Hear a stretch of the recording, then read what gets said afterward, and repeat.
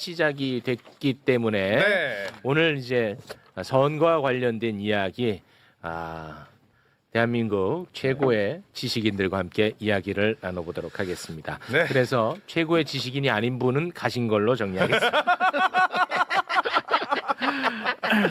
자, 그러면 한 분 한 분 만나보도록 하겠습니다. 네. 먼저 매불쇼 언제나 함께하는 분이죠. 동기동기 민동기 선임 기자님 박수로 모시겠습니다. 네. 안녕하십니까. 유시민 작가님하고 함께 방송을 하지 않습니까? 네. 그러면 한동안 댓글에 유동기라고 달립니다. 유동기요? 유동기. 예. 앞에 요새 그 성 바꾸는 게 유행인가 보네. 네. 이게 뉴동기가 아니라 유동기로 유동기 바뀌어요. 고맙습니다. 자, 그리고 철학 교수님 또 저희가 모셨습니다. 박구영 교수님 박수로 맞이합니다. 네. 그 보내주신 원고를 제가 좀 봤는데 네. 그런 식으로 진행하면 안 돼. 너무 어려워. 어려워요? 너무 어려워요. 뭐 이렇게 어렵게 하셨어. 작가님은 어렵지 않았을 거예요. 아니 그 두 분만 대화할 거면 두 분만 어디 가서 하셔야지. 너무 현학적이야. 그 기초 위에서. 그러니까 쉽게 대중의 시켜야 언어, 돼. 특히 최욱의 언어로 좀 부탁을 네. 드리겠습니다. 전 2페이지까지 읽다가 내려놨습니다. 그 정도면 엄청 많이 읽어요. 너무 어려워. 자, 그리고 매불쇼 오랜만에 또 찾아주셨습니다. 이렇게 생방으로 함께하는 것은 진짜 더더욱 오랜만입니다. 그러니까요. 유시민 작가님 박수로 맞이하겠습니다. 네. 안녕하세요. 오랜만입니다. 네, 그러네요. 네. 최진봉 교수가 떠났습니다. 왜? 같이 안 하- 내가 본인 방송 보고 있으니까 좀 쫄리나 봐. 네. 좀 부담스러운가 봐요. 그렇게 됐습니다. 네. 유독 오늘 일정이 많으시대요. 예, 오늘 좀 워낙 또 약속을 많이 잡은 것 같더라고요. 네, 고맙습니다. 요즘 어떻게 잘 지내고 계신가요? 예, 저는 뭐 먹고 사느라고 좀 바빴어요. 그래가지고 지난번에 이제 어떤 책 때문에 얘기 나왔었잖아요. 예. 그거 하고 나서 제 책 일정이 자꾸 뒤로 밀려가지고 아이고. 그 원고 쓰느라고 지금 이제 다 해놓고 지금 나왔습니다. 그걸 다 끝내셨어요? 예, 유럽 도시기행 3권 이제 교열 작업까지 다 하고 예, 오늘 저녁에 이제 교정지 넘겨주면 완전 끝나는 날이라. 근데 방송 보다 보니까 매불쇼의 네, 최욱 씨와 최욱 많은 씨. 분들이 이 시사 스트레스 이런 아니에요. 이 세상 일로 인한 스트레스에 많이 시달리시는 것 같아서 아닌데. 예, 이제 스트레스 해소를 위한 상담 이런 걸 한번 나가서 하면 좋지 않을까 이런 생각이 약간 있는 차에 연락 오고 이래서 왔어요. 예. 날 괜찮은데. 괜찮아? 거짓말. 정말 시기적절하게 나와주셔서 대단히 감사합니다. 뭐든지 나무로 방울 다 해결해 줄게. 울 뻔했습니다. 네. 자, 그러면은 어떻게 우리 강성필 부대변인님, 네. 네, 네. 행복하시죠? 너무 왜 이렇게 쭈그러들었어? 너무 벅차서. 너무 벅차서. 네. 벅차. 자유롭게 대화에 예. 함께 해주시면 좋겠습니다. 네. 종편 수기 아니야? 근데 우리 강성필 부대변인 같은 분들 진짜 우리가 조금 인정해줘야 될 게 그 종편에서 그 최전선에서 싸운다는 거 쉬운 일 아니거든요. 맞아요. 진짜 고생 그럼요. 많이 하십니다. 맞아. 몸 버리면서 하는 거요. 네, 진짜 몸 버리면서 하는 거야. 맞잖아요, 솔직히. 맞습니다. 예, 항상 응원하고 지지합니다. 감사합니다. 고맙습니다. 화이팅! 파이팅입니다. 자, 그러면 우리 박구영 교수님 예. 이번 선거의 의미 요런 것도 부여하는 거 좋아하잖아요, 철학자들. 우리가 지금 선거의 의미를 부여한 거는 내란 청산하고 이재명 정부에 힘 실어준다. 네. 요 정도에서 마무리를 지었거든요. 네. 이번 선거의 의미를. 철학적으로는 여기다 또 살 더 붙일 거 아니에요. 그러니까 대한민국이라는 국가 체계가 급격하게 변화를 겪고 있는데 그에 부합하는 선거가 이루어지느냐 못 이루어지느냐. 또 다른 말로 하면 더불어민주당이 현재의 대한민국의 변화를 지속적으로 이끌어갈 만한 정당으로 태어나느냐 그렇지 못하느냐 하는 중대한 선거가 있다고 저는 봅니다. 그래서 간단한 문제의 출발점을 생각해 보면 그러니까 지난번 박근혜 탄핵, 대선, 문재인 정부 탄생 그다음에 치러진 지방선거, 이번에 윤석열 탄핵, 그다음에 대선 그리고 지방선거 똑같았거든요. 네. 네네네. 거의 똑같은데 결정적 차이가 있어요. 오. 결정 차이가 뭐냐면 네. 지난 지방선거에서는 대체적으로 국민의힘 전신 정당이 대체적으로는 정당 지지율이 20%를 넘은 적이 없어요. 아. 그러니까 각 후보가 뭐 꽤 많은 표를 받은 적은 있지만 정당 지지율은 대개 15%에서 20%를 못 넘었어요. 근데 지금은 여러 조사에서 보면은 35%를 넘고 있습니다. 이 차이가 뭐냐 이거죠. 오히려 내란이 있었는데도. 네. 그러게요. 왜 차이가 뭐냐? 그러면 가장 큰 차이는 지난번에는 저는 그렇게 생각해요. 적어도 최소한의 동양적 관심 왔을 때 동양적 정의관이라는 게 있거든요. 동양에서는 오랫동안 정의 핵심을 부끄러움을 아는 거예요. 부끄러울 때는 부끄러움을 아는 거. 그런데 그게 지난번 박근혜 탄핵 이후에 보수가 부끄러움을 어느 정도는 인정했다고 봐요. 그래서 일정한 부분은 혼동과 혼재 속에서 해체돼가는 과정이었거든요. 네. 그런데 그때 자기들이 실패했다고 보는 거고 그러면서 지금은 인정해서 실패했다. 네, 그래서 실패했다고 보고 오히려 지금은 뭘로 뭉쳐있냐면 일정하게는 분노로 뭉쳐있는데 네. 분노가 신념화된 형태인데 그게 뭐냐 극우를 박근혜 정부 때까지만 하더라도 극우를 사용하고 이용했어요. 거기서 멈췄어요. 그런데 윤석열 정부가 한 가장 큰 잘못된 지는 뭐냐면 극우를 제도화한 거예요. 극우를 제도화한다는 건 무슨 말이냐? 예전에 우리 작가님하고 저하고 파시즘 같이 논의한 적도 있지만 유럽 파시즘에서 가장 큰 깨달음은 뭐냐? 극우를 제도화하는 순간 언제든지 그 나라는 파시즘에 의해서 지배될 수 있다는 거예요. 그럴 수 있겠네. 그게 실제 유럽 사람들의 합의고 그래서 지금 유럽 사람들은 저 독일이나 프랑스나 이태리 사람들은 어떤 경우에도 극우와 연정하지 않는다는 거거든요. 그런데 그걸 윤석열이 깨뜨렸어요. 윤석열이 실질적으로 저는 극우와 연정 형태를 갖다고 보거든요. 다른 모든 합리적인 진보 세력과 중도 세력과는 중도나 보수와는 결별하면서 오히려 극우를 제도권으로 끌어들였다. 그리고 그 결과가 지금 우리가 보고 있는 거라는 거거든요. 이건 약간 저는 동의 안 되는. 동의 안 돼. 야, 이렇게 강의 설 거라고 생각도 못했습니다. 왜냐하면 지금 국민의힘은 당은 극우와 뭐 제휴한 게 아니고 그 자체가 극우예요 원래부터. 애초에.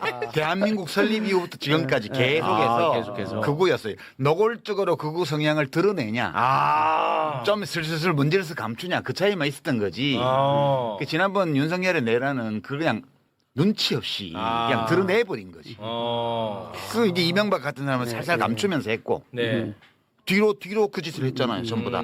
극우의 제도화라는 게 다 국정원 그때 이용해가지고 뭐 맞습니다. 극우 양성하고 네. 일베놀이 만들고 이런 게 다 네. 이제 밑에서 안 보이게 한 거고 겉으로는 뭐 기산에 올라가서 아침 이슬 부르면서 뭐 눈물을 흘렸습니다 이런 거짓말도 하고. 근데 지금 윤석열은 그 정도의 능수능란함이 없어가지고 그냥 자신의 얼굴을 그냥 드러내버린 거지. 그러니까 그 저 정치 세력은 태동할 때부터 지금까지 변함이 없어요. 제가 보기에. 그냥 약간 예전보다 네. 사회에서 차지하는 지분이 좀 줄어든 거지. 그러니까 분칠이라도 했느냐, 아예 분칠도 안 하느냐. 예, 그런 차이고 이제 이런 세력이 유럽에 갖다 놓으면 모든 우파 정당들이 손을 잡지 않으려고 하는 극우 정당이에요. 이게 대한민국이 그걸 우리는 받아들여야 돼요. 그 부분에서 네. 약간은 제가 이제 의의가 있는 것은 이렇게 보는 거예요. 의의가 있는 것은 뭐냐면 아니 한마디만 더 붙이면 저처럼 생각해야 마음이 편해. 마음이 편하다. 원래 그래. 이렇게 생각하면 특별히 지금 국힘당이 하고 있는 저 행태에 대해서 뭐 내란 피의자 공천하고 이런 거에 대해서 미치겠어요. 우리 박근영 선생님처럼 생각을 하면 쟤들이 왜 극우를 끌어들이지 제도하지 큰일 났어 화나 막 이렇게 되잖아. 네. 그러면 안 돼요. 그러면 원래 저런 애들이야. 안 그래도 저는 진짜 그 부분에 대해서 굉장히 스트레스를 많이 받는 사람이거든요. 네. 내란 일으켰어. 그리고 심지어 이재명 정부가 너무 잘해. 그러면 너무나 당연하게도 국민의힘이 완전히 쪼그라들 거라고 난 생각했어. 네. 근데 지금 뭐 선거가 다가오면 다가올수록 뭐 결집한다는 얘기 나오고 하니까 제가 아주 돌아버리겠거든요. 그걸 받아들여야 돼. 현실을 받아들이지 않으면 그때부터 정신의 고통이 시작되는 거야. 제가 좀 그런. 그러면 한국의 극우를 지지하는 집단도 다른 유럽이라든가 이런 부분에 비해서 우리가 많다고 생각을 해야 되는 건가요? 그건 어떻게 구분을 해야 되는 거예요? 그렇죠. 많이 있으니까 그 아니, 사학 세력이 있는 거지. 약간의 이게 복잡한 문제긴 한데 네. 여기서 뭐 학문적인 논의할 건 아니잖아요. 네네네. 그 조금 큰일 납니다. 단순화시키면 네. 그러니까 저는 극우적인 양태를 보이는 것하고 속성 자체가 극우인 건 다르다고 생각해요. 그런데 무슨 말이냐면 독재는 극우인가? 그렇게 생각하면 독재도 극우로 보면 극우죠. 근데 독재가 극우라고 저는 생각하지는 않거든요. 그러니까 박정희가 극우주의자는 아니라고 생각해요. 권위주의자지. 그러니까 권위주의하고 극우는 다르다고 보는데 그것이 뭐냐면 권위주의자가 극우를 사용하고 이용했다고 저는 보는 입장이에요. 그런 입장이고 저는 박정희 대통령이 극우라고 보는데. 저는 이제 그걸 좀 다르게 보는 자체가. 입장이에요. 박정희는 권위주의자이고 권위주의자가 극우를 적절하게 활용하고 이용하고 사용했다. 그런데 지금은 제가 보기에는 지금은 국힘은 극우가 지배하고 있다. 실제로 이념적으로나 그러고 그 큰 차이가 뭐냐면 아까 말씀드린 것처럼 정의관 자체가 다르다는 거예요. 기존의 정의관은 어쨌든 우리가 일반적으로 이해할 수 있는 정의관을 부정하는 형태는 아니었어요. 근데 지금은 내란에 대해서조차도 부끄럽게 여기지 않고 오히려 피해의 서사로 분노로 뭉쳐 있다는 거예요. 참 미치겠어요. 이런 점에서 조금 차이가 있다. 네. 저는 그렇게 보는데 뭐 그게 중요한 문제인지는 모르겠지만 네네네. 일단은 그렇게 본다. 그 중요하지 않은 문제이기 때문에 네, 그렇죠. 그냥 우리 마음이 편한 쪽으로 생각해요. 편한 쪽으로. 오케이. 저처럼 생각하면 네. 훨씬 마음이 편해요. 아, 그렇구나. 근데 실제로 이번에 내란과 관련된 후보자들이 엄청 많아요. 네. 참여연대가 요거를 좀 정리를 했더라고요. 그거 한번 좀 볼까? 이렇게나 많아. 야, 몇 개 한번 좀 소개를 해봐. 이게 가당키나 한 나라냐는 거예요. 저는 그러니까 스트레스가 없을 수가 없습니다. 제가. 내란 중요 임무 종사 혐의로 기소된 후보 추경호, 김현태 있고 내란 또 윤석열 비호하고는 옹호, 이정현, 이장우, 김영환, 김태규, 이용, 이철호, 박민식, 안태호, 김석훈, 뭐 고기철, 오세훈, 김두겸, 이진숙, 박형준, 박완수, 김진태 이 외에도 하여튼 25명이고 그렇습니다. 대표적으로 이거지 그 밑에 시의원, 구의원까지 하면 훨씬 더 많아. 그러니까 내 말이 맞는 거예요. 그 사람들이 극우와 제휴를 한 게 아니고 저 당은 자체가 극우라니까. 그러니까 이런 사람들을 후보로 막 각급 선거 후보로 공천하는 게 해서는 안 될 일을 한 게 아니고 그들로서는 할 수밖에 없는 일을 한 거예요. 받아들여요. 네. 그렇구나. 원래 그래 왔다. 네, 쟤들은 원래 그런 애들이야. 근데 많이 약해졌잖아. 약해진 건 맞아요. 네.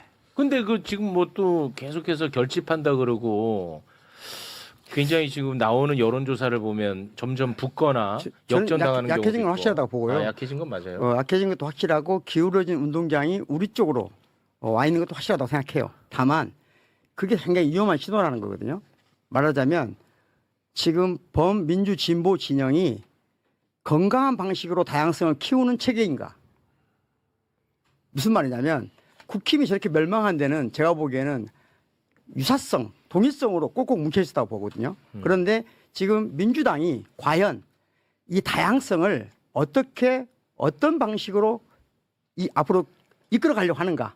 다양한 세력들을 하나의 세력으로 만들려고 하는가? 다양한 세력들과 공존하는 방식으로 범민주 진영을 이끌어 가려고 하는가? 기로점에 서 있다고 생각해요. 그러니까 국민의힘이 쪼그라든 만큼 예. 민주당은 좀 더 넓어질 텐데 예.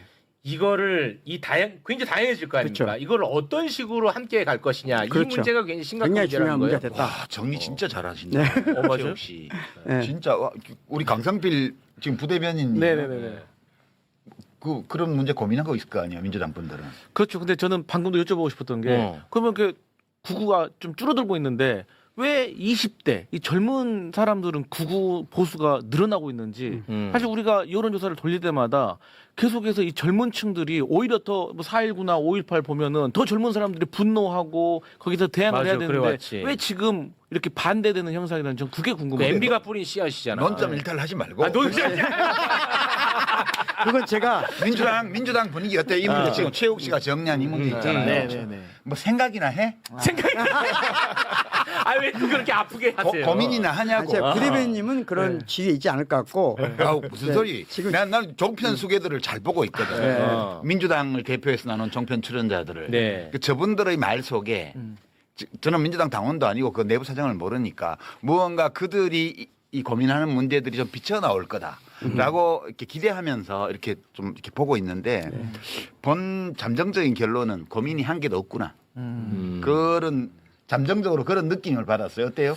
아니 저희도 철학적으로나 뭐 당연히 고민하죠. 다만 저희 같이 이제 부대변인단이나 뭐 마치 방송에 나오시는 분들은 이 현황과 관련해 가지고 팩트로 저희가 검증을 하고 싸워야 되는 그런 입장이 있어서 그럼 그런 매일같이. 것들을 말할 수 있는 심도 있는 시간이라든가 기회나 그게 조금 부족한 면은 있다. 그러니까 이 문제가 저는 지금 평택 선거에서 드러난다 보거든요. 아유, 그것 또 때문- 평택이야. 아니 그것 때문에 훨씬 지금 이 문제 문제가 때문에 평택 선거에 집약돼 있다고 저는 생각해요. 그러니까 이 문제 때문에 사람들이 마음이 불편해. 그렇습니다. 그러니까 이 질문에 대해서 민주당 쪽이 명확한 답을 주지 않더라도 저 답을 가지고 있구나. 그리고 대충 그 답은 이런 것 같아라고 짐작할 수 있으면 사람들이 마음이 편해. 자 그러면은 뭐 근데 그거 안 느껴지기 때문에 지금 지방선거를 보는 모든 그런 시각들이 네. 불편함이 묻어 있는 거예요. 지금 걱정이 묻어 있고. 자 그러면 그 얘기 할게요. 안 그래도 그래. 아니 이게 저는 진짜 이것과 관련해 가지고 솔직히 궁금한 게 되게 많아요.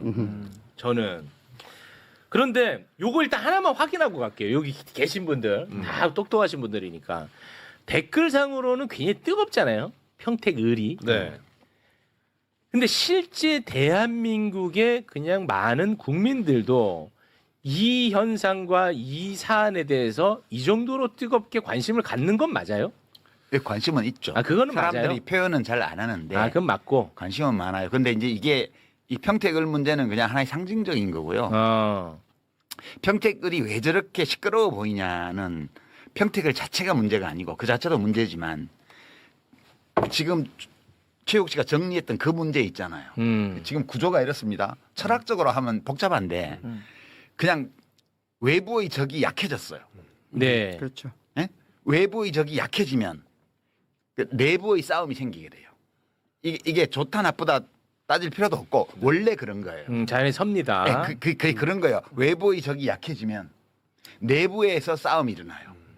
근데 이제 어떤 정당이나 정치 세력이 얼마나 건강하며 어떤 희망찬 미래를 열 수 있는 주체인가를 판단할 때 외부의 적이 약해질 때 내부에서 권력 다툼이 일어나는 건 불가피하고 자연스러운 일인데 이거를 어떤 방식으로 해내냐 이걸 보면 그 집단을 알 수 있어요. 얼마나 믿을 수 있는지. 그러니까 최욱 씨가 아까 정리한 문제가 이 문제예요. 네. 뭐 추상적으로 얘기하면 다양한 세력을 어떻게 하나의 목표 아래에서 결속해서 서로 연대 협력하면서 함께 나아갈 것이냐. 공동의 선을 이루기 위해서 최대한의 영향을 발휘해 나갈 것이냐는 문제인데 지금 민주당에서 이 지방선거 본격 들어가기 전부터 벌어진 여러 양상 작년 말 금년 초부터 이게 외부의 적이 약해졌기 때문에 내부에서 권력 다툼이 생기는 것은 필연적인데 이 권력 다툼을 어떤 방식으로 지금 하고 있는가를 보면 네. 너무너무 저열한 방식으로 이게 진행되어 왔어요. 그리고 평택을의 공천, 그다음에 평택을 선거가 진행되는 과정에서 드러난 조국혁신당과 민주당 사이 여러 문제 이런 것들은 그 반영이라고 나는 보는 거예요. 알겠습니다. 예. 저 작가님 진행의 효율성을 위해서 제가 불편하더라도 요 얘기를 먼저 하고 분석으로 들어갈게요. 그러죠. 네, 왜냐 댓글도 그렇고 이게 해결이 안 되면 뒤에 거를 들으려는 준비가 안 될 겁니다. 네. 네. 저와 또 가까운 분도 이런 얘기를 하더라고요. 뭐냐 유시민은 조국을 대통령으로 만들어야겠다라는 정답을 하나 만들어 놓고 그 정답 아래에서 논리를 개발해낸 것 같다. 그래서 평택을에 대한 목소리를 내고자 하는 거 아니겠느냐 이런 이야기들을 하더라고요. 많이 나도 섞고 있어요. 많이 다. 듣잖아요. 네, 이거 아실 거 아니에요. 그럼요, 다 지금 알죠. 댓글도 이제 그런 의견들도 지금 뭐 이게 다 전부라는 건 아닙니다. 의견이. 예. 요 부분을 먼저 말씀을 해 주셔야 이런 분들도 들을 준비가 될 것 같아요. 그러니까 이제 제가 그 뉴스공장에 나가서 그 문제, 총 지방선거 이후에 여러 상황을 감안할 때 조국이 되는 게 좀 낫지 않나? 이렇게 말을 한 거를 두고 제일 많이 나온 비평이, 그러니까 제가 뭐 어디 가서 뭐라고 비평을 한마디 하면 한 100명이 물어 뜯는 것 같아요. 그리고 한 10명 정도는 그래도 그게 일리 있지 않아요? 그 정도 얘기해 주는 것 같고. 우리 강성필 씨는 100명 중에 들어가나요? 10명 중에 들어가나요? 잘 모르겠는데. 아니 이러니까 최종 포기 안 하는 거죠. 네. 예, 그거는 이제 그러니까 어떤 평이 제일 많냐 하면 네. 조국 지지 이렇게 하면 될 걸. 왜 쓸데없는 얘기를 갖다 붙여 그렇지. 이렇게 얘기를 하더라고요. 맞아요. 그러니까 그분 이제 그거 제가 어떻게 이해를 하냐 하면 네. 비평이라는 거는 비평가가 자기 자신을 어떤 대상에 투영하는 경우가 많아요. 지가 그렇다고. 그러니까 그 사람들이 어떻게 비평을 하냐면 난 누구를 지지해. 그리고 정해놓고 그 지지하는 이유를 갖다 붙인다고. 자기들이 그렇게 하기 때문에 나도 그렇게 했으리라고 주장하고 있는 거예요. 그런 경우가 많긴 네. 해 진짜. 그런 경우도 있고 안 그런 경우도 네. 있죠. 그러면 따져봐야 돼요. 그 사람이 네. 하는 말이 뭔가를. 네. 이게 지금 사실 좀 제가 기괴하다고 표현을 했는데 이상해요. 보통은 민주당 같은 큰 정당은 뭐 이렇게 국민 지지가 일정 부분 있는 정치인이 있으면 자꾸 데리고 올라오고 그래 원래. 우리 같이 해요. 여기 들어와서 해요. 거기 따로 있어갖고 뭐 안 돼요. 이렇게 하는 게 그게 지금까지 봐온 우리 민주당의 모습이에요. 제가 옛날에 대선 후보 지지율 좀 나왔을 때도 같이 하자고 많이 들어와서 그랬거든요. 아 들어와서 해라. 제가 안 들어간 거지. 네. 그런데 지금 민주당은 이 사람을 못 들어오게 해.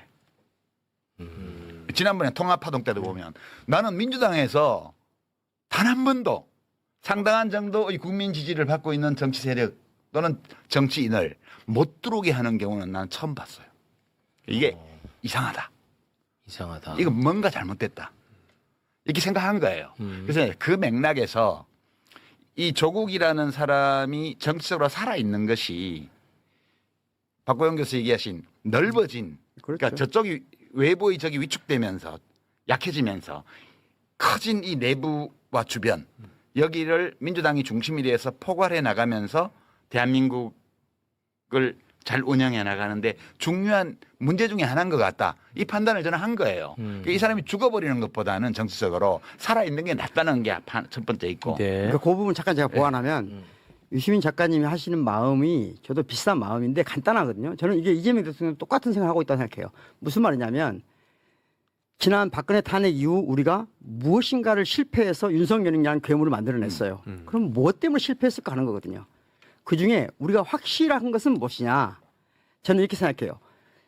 범민주 진보 진영의 대선 정권을 재창출하려면 반드시 대선 후보가 많아야 됩니다. 지금은 그거밖에 답이 없어요. 지금 우리 선택할 수 있는 건 그 누구도 저는 유시민 작가님 마음속에 그 누구도 없다고 생각해요. 이재명 대통령 마음속에도 그 누구도 없다고 생각해요. 저도 그 누구도 없어요. 저희는 저 같은 사람들은 그냥 대선 후보가 대선급 후보들이 잘 생겨났으면 좋겠다. 네. 그래서 마지막에 극적으로 잘 싸웠으면 좋겠다. 그리고 그 중에 누가 되든 우리는 그 사람을 향해서 그 사람을 데리고 정권 재창출한다. 누가 이게 되든 자연스러운 거 아니에요? 네. 이게 너무나 자연스럽잖아요. 저도 거기 한 표 던지는데. 저는 대통령도 똑같다고 생각해요. 아니 근데 대통령 얘기는 굳이 하지 마시고. 제가 이 얘기를 하냐면 대통령이 다른 마음을 먹었을 리가 저는 1도 없다고 생각하는데 그걸 왜곡한 사람이 저는 딴 마음이 있다고 보는 거예요. 그러니까 이제 대통령의 입장은 우리가 뭐 나중에 따지면 되고요. 네, 그건 모르고. 예, 대통령의 견해가 뭔지는 별로 중요하지 않아요. 네. 그냥 우리가 그냥 객관적으로 흐름을 그렇죠. 보는 거예요. 그런 건데 지금 보세요. 그럼 지난번에 탄핵하고 내란청산 정치 선거연합을 만들어서 49% 넘게 득표해서 이재명 정부가 섰습니다. 지난 대선 때는 일치단결에 있었어요. 그렇죠. 네. 그렇죠. 범민주 진보 진영이. 네. 네. 근데 저쪽이 약해졌잖아요. 이제 대선 끝나고 나서. 그렇죠. 대통령 인기가 높아요. 지지율이 높아요. 국민들이 정부를 신뢰하고 있어요. 네. 이따 우리 데이터 보겠지만 MBC 여론엠 보면 지난 1년간의 국정수행 지지율은 60대 30이에요. 잘한다 60, 못한다 30. 크게 변동 없어. 네. 그 윤석열 때는 못한다 60, 잘한다 30이었어요. 정반대네요. 네. 네. 그렇게 돼 있는 조건에서 지금 지방선거를 치르고 있고 전국이 운영이 되고 있는데 이 상황에서 이쪽 내부를 보면 엄청 느슨해졌습니다. 지금. 이게 이제 아까 얘기한 외부의 적이 약화되면 내부의 균열이 생기는 증상이에요. 어쩔 수 없어요. 이 어쩔 수 약화되는 건 불가피해요. 네네. 그러면 외부의 적이 약화된 상태에서 이 범민주 진보 진영의 결속과 연대, 연합 또는 조율 이런 것들을 할 수 있는 어떤 걸 만들어내야 돼요. 근데 그 책임은 주로 민주당에 있죠. 민주당이 압도적인 비중을 갖고 있기 때문에. 그렇죠. 근데 민주당이 이 일에 대해서 하나도 안 해요. 아무것도 안 해요. 그러고 필요할 때는 작은 정당들을 끌어다 쓰고 국회에서. 지금까지 해온 양상은 뭐냐면 아무것도 안 합니다. 양상은 뭐냐면 중도나 우파적 성향을 갖거나 심지어 약간은 위험한 정도의 우파적 성향을 갖는 사람들을 끌어다 썼어요. 하지만 왼쪽 날개에서는 그 누구도 활용하지 않았어요. 예. 다시 안 말하면 민주당 밖에 있는 사람을 끌어들일 때 제가 보기엔 진정한 의미에서 연합정당을 하고 진정한 의미에서 미래를 위한다면 쉽게 말하자면 기본소득당이나 또는 그 밖에 뭐 진보당이나 그 밖에 다른 정당들이 사회민주당에 있잖아요. 네. 저는 조국당은 다른 문제라고 생각합니다. 그런데 그런 다양한 정당들의 다양한 인력들을 저는 최소한이라 써야 된다고 생각하거든요. 근데 그런 재수가 없었어요, 전혀. 정당도 없었고 정부도 없었어요. 근데 이제 그 문제보다 더 심각한 거는 이렇게 진단을 누가 하잖아요. 예. 그러면 지금 어떤 네트워크가 만들어져 있냐면 지금 언론은 조국에 불리한 보도는 옛날에 엄청나게 많이 했고 지금도 많이 하고 있어요. 그러나 조국의 경쟁자에게 불리한 사건은 어떤 사실이 나와도 거의 보도 안 합니다. 지금도 마찬가지예요. 그러니까 일부 언론, 그다음에 일부 뉴미디어, 정치 채널들, 일부 비평가들, 일부 정치인들, 민주당 안에 일부 정치 세력들, 여기가 제가 느끼기에는 네트워킹이 돼 있어요, 이미. 경위는 모르지만.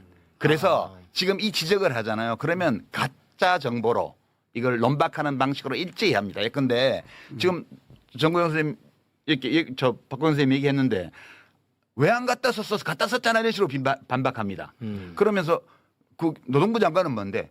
노동부 장관은 정의당이야. 옛날에. 지금은 당적을 모르겠지만. 정의당이고 정의당은 지난 대선 때 연합 안 했어요. 그렇잖아요. 네. 그다음에 배진교 비서관 그 사람은 정의당 하다가 민주노동당 정의당 하다가 민주당으로 왔던 사람이잖아. 그러니까 완전히 다 사실이 아닌 것들을 가지고 지금 걱정이 되어서 지금 그러니까. 박고영 선생님도 그렇고 저도 그렇고 예. 연합 걱정이 되는 거야 앞으로가. 앞으로 걱정돼요. 네, 건강한 걱정이 되어서 연합은- 이걸 비평을 하면 예. 그 비평의 취지를 받아들여서 논의를 하는 게 아니고 네.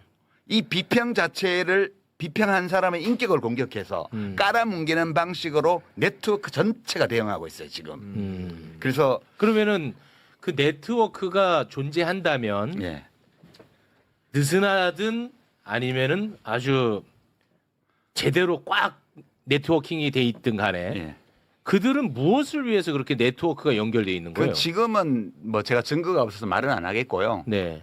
그러니까 예컨대 그 한 6개월 전부터 문조털 내외로 묶어가지고 지금 공격하고 있습니다. 계속 인신 공격을 문재인 대통령 비하하는 것부터 시작됩니다. 문재인 대통령 비하, 조국 비난, 정청래 욕하고 이제 김어준 유시민 비방하고 이렇게 딱 묶어져 있어요. 이게 저는 무지무지하게 조직적으로 지난 6개월 동안 진행돼 왔다고 보고요. 네. 이게 그냥 그렇게 어떤 사람이 만든 사조직이 이렇게 하고 있다면 별 문제 아닌데 네. 민주당 안에 상당한 세력과 이게 엮여 있기 때문에 굉장히 민주당의 미래가 지금 불확실해 보이는 거예요. 이게 큰일 났다. 그러니까 그렇게 간다면 무언가 어마어마한 목적이 있어야 될 거 아니겠습니까? 그 내부의 권력 다툼이라고. 권력 그랬잖아요. 다툼을 보시는 거예요? 네, 자연스러운 건데 그 자체는 이 방식이 이상해요. 얼마나 자연스럽냐면 이게 제가 이렇게 아주 극단적인 예를 들을게요. 사회주의 혁명이 성공하고 모든 세력이 척결된 일당체가 된단 말이에요. 그러면 그때 가장 폭력적으로 변합니다. 그렇죠. 당 내부가. 언제나 그래요. 그러니까 지금 우파가 극우화되면서 저는 약해지다 보니까 범민주 진보 진영 내부가 지나치게 폭력적이에요. 그렇죠. 무지하게 폭력적입니다. 네, 지금. 이게 너무 지나칠 정도로 폭력적이에요. 무슨 말이냐면 마치 뭔가 죽일 것처럼 다 인격을 너무 쉽게 야단해 버려요. 아니 전임 대통령에 대해서도 이런 식으로 우리 민주당 범민주 진보 진영들이 대통령에 대해서 조금 마음에 든고 안 들고 있는 부분이 있는 건데 그렇죠. 그런 거 인격적으로 살인해 버려요. 이런 일은 없었어요. 그런데 이런 일이 왜 생겼냐? 저는 근본적인 원인은 우파가 극우화되고 우리 내부가 너무 펑퍼짐해졌다. 그런데 이때 가장 중요한 문제는 뭐냐? 우리가 이 다양성을 어떻게 관리하고 어떻게 이끌어갈 것인가에 대한 저는 합의가 있어야 한다고 생각해요. 합의 과정이 필요하다고 보고 숙고가 필요하다고 봐요. 그런데 그 문제에 대한 숙고가 없이 권력 싸움을 한다. 그게 너무 지나치다. 자, 어찌됐든 두 분은 이 상황이 걱정이 돼가지고 그렇죠. 말씀을 하시는 네. 거라면 저는 6개월 전부터 계속 말씀하셨죠. 걱정해왔어요. 그 굉장히 그 같은 맥락 속에서 말씀을 계속 하신다는 걸 제가 느끼고 있는데 그렇다면 그거를 잘 설득하는 것도 굉장히 중요하지 않습니까? 그렇죠. 근데 지금 설득은 잘 안 되는 것 같아 보니까. 설득 안 돼요. 안 돼요? 예, 굉장히 지금 양상이 폭력적이고 제가 이제 하나 단서를 달겠는데 이번 이제 오늘 저게 시작됐습니다. 사전 투표가. 그렇습니다. 그러니까 지금 내란청산 정치연합을 유지를 해야 돼요 지금. 그래서 유력한 후보는 다 지금 민주당 후보들이에요. 광역 단체장 포함해가지고 웬만한 시군구 단체장 후보들은 다른 당 후보들이 될 때가 호남 빼고는 없습니다. 호남의 일부 지역에서 조국혁신당 후보들이 뭐 경합하고 있다 그러고 나머지를 제외하면 거기를 제외하면 나머지는 지역구 후보는 민주당 후보밖에 없어요. 사실상 99.99%. 거기를 투표를 해줘야 돼요. 그렇죠. 네, 거기를 투표를 해서 그 지난 대선의 지금 연장전이거든요. 이게 2라운드예요 지금. 지난번 네. 대선이 1라운드 내란청산. 지금 지방선거가 2라운드고 2년 후에 3라운드 총선이 또 있습니다. 그러니까 1라운드 연합을 2라운드에서 유지해야 돼요. 강화할 수 있으면 강화하고. 그렇게 해서 표를 다 찍어줘야 됩니다. 나와서 투표해야 되고 민주당 후보에게 표를 찍어서 국힘 후보를 떨어뜨려야 돼요. 이게 지금 내란청산 2라운드이기 때문에. 그렇죠. 그런데 민주당에서는 그것만 하라는 거야 지금. 유권자들 보고. 누구를 내든 어떤 함량미달 후보를 내든 어떤 문제 있는 후보를 내든 우리가 후보 냈으면 잔소리 하지 말고 이 국짐 제로의 대의에 동참하는 자라면 다 우리 후보를 찍어줘야 돼. 너네 당원들 중에서 딴 당 후보 지지하면 징계할 거야. 이런 식의 폭력적인 은사를 당 조직에서 막 내고 있습니다. 이거 저는 적신호라고 봐요. 그래서 유권자들은 구분해야 됩니다. 지금 옛날 같으면 화나서 나 탈당해. 절대 탈당하면 안 되고요. 어느 당이든. 그 당에 몸담고 있으면서 그거는 나중에 바로잡으면 돼요. 선거는 이 내란청산 선거연합의 승리를 담보할 수 있도록 최대한 투표를 하시고. 그죠? 그 다음에 평택을해서 누가 되냐? 무슨 상관이 있어요, 솔직히? 아니, 여야 구도가 변하기를 합니까? 뭐가 바뀌어요? 입법권과 관련해서는 이번 지금 보궐선거 10몇 개 있는 지역이 어떤 결과가 나더라도 국회의 입법권 행사에는 아무 영향이 없어요. 네.